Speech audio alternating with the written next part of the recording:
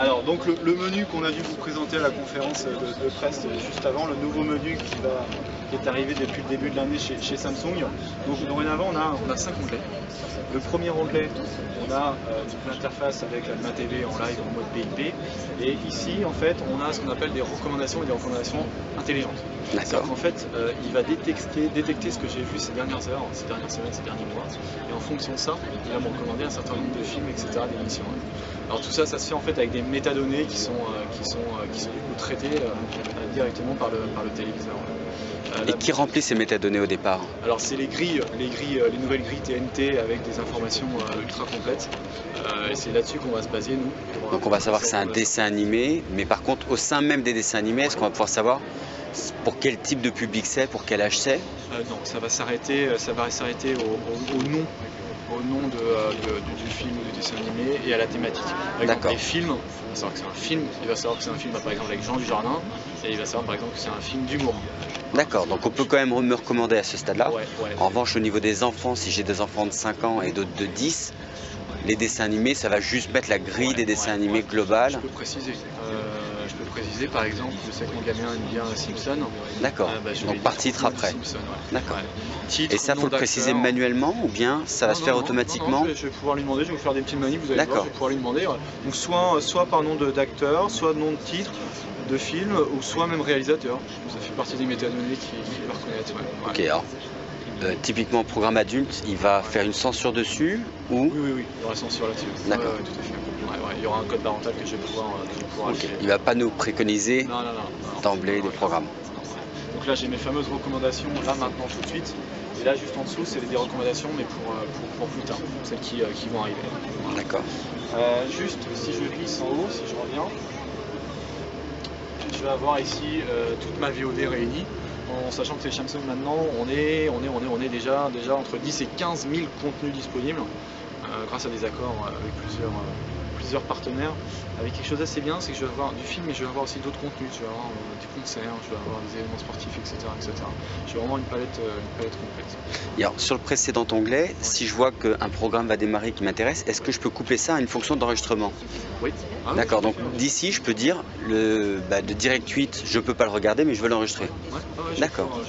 Donc là avec la télécommande c'est possible de simplement lui indiquer comme ça, d'accord. Je vais pouvoir tout à fait enregistrer un programme. Et si je suis en double teneur, je vais pouvoir regarder un programme différent de ce que Ok. Exactement. La petite icône tout au bout, à l'extrémité, là c'est pour tout ce qui est photo, vidéo, musique, qui va repérer aussi bien sur mon téléviseur que sur ma clé USB que j'ai branchée, pas mal de décharge, que sur mon disque dur de brancher. Et ce qui est intéressant aussi, il va repérer ça sur tout ce qui est partie internet. Exemple, si j'ai un compte Dropbox, si j'ai un compte SkyDrive, si c'est un compte SugarSync, bref, un petit peu tous les clouds qui existent aujourd'hui, sur lesquels, je sais pas, j'ai des photos, quelques vidéos, etc. Il va les repérer, il va me les recenser ici. Et en plus de ça, il va me les trier par thématique, directement. Voilà.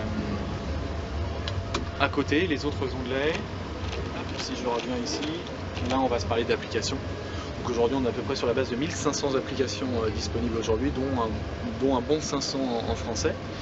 Parmi les best-sellers, je vais avoir tout ce qui est réseaux sociaux, avec Facebook, Twitter, tout ce qui est également applications dédiées à la vidéo avec YouTube, et je retrouve évidemment mon petit web browser pour me connecter sur Internet.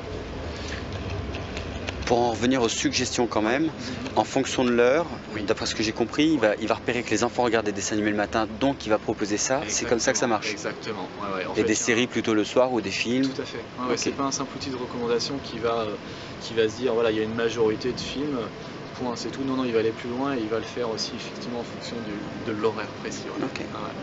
S'il repère que je regarde généralement des dessins animés le matin, normal parce que je l'allume pour mes enfants, si j'allume ma télé le matin, dans les suggestions, il y aura les dessins animés.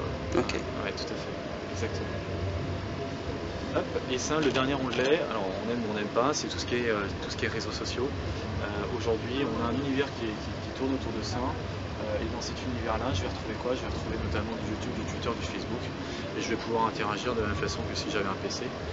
C'est-à-dire que je vais pouvoir sélectionner à mes amis pour leur envoyer des messages.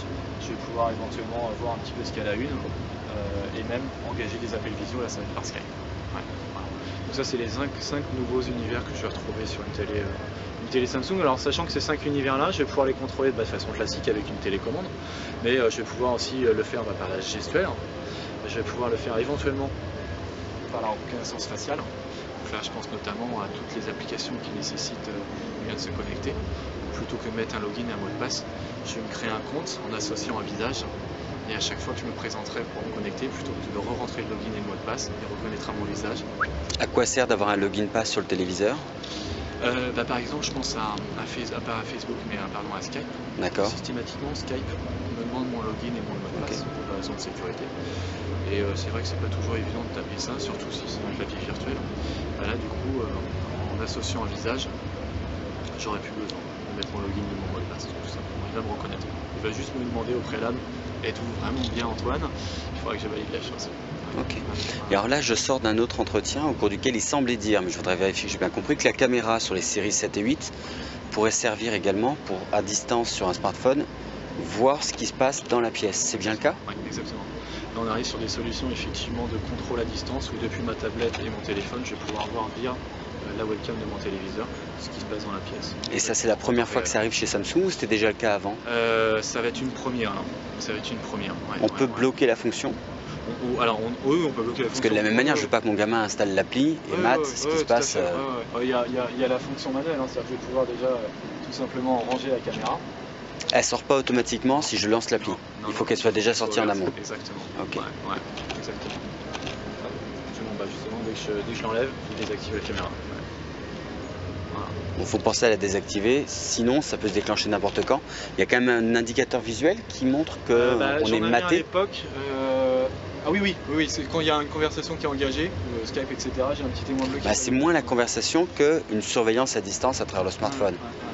Il y a un indicateur visuel alors. Chez moi, je ne veux pas la ranger, je la range manuellement. Ouais, mais tout le monde ne va pas forcément y penser à la ranger. C'est sûr. Mais justement, c'était une grande volonté de pouvoir la ranger. Au début, on était parti plutôt sur des modèles comme ça que je positionnais sur le téléviseur. Et aujourd'hui, effectivement, quand c'est intégré, l'avantage c'est que je vais pouvoir la ranger complètement. Okay. Je suis tranquille. Donc voilà, tout ça, je vais pouvoir le contrôler avec les gestes, via la reconnaissance faciale et la reconnaissance maintenant vocale, qui s'est nettement améliorée depuis les débuts. On a dû vous montrer ça sur la conférence de presse. Donc l'idée c'est toujours la même, le bouton magique c'est Voice et je vais pouvoir lui demander plein de choses. D'autant que depuis ces modèles-là qui vont sortir courant avril, j'ai une fonctionnalité qui s'appelle S recommandation et qui va me permettre de lui demander des choses comme cela par exemple. Trouve-moi un film avec Jean Dujardin. J'ai trouvé contre-enquête.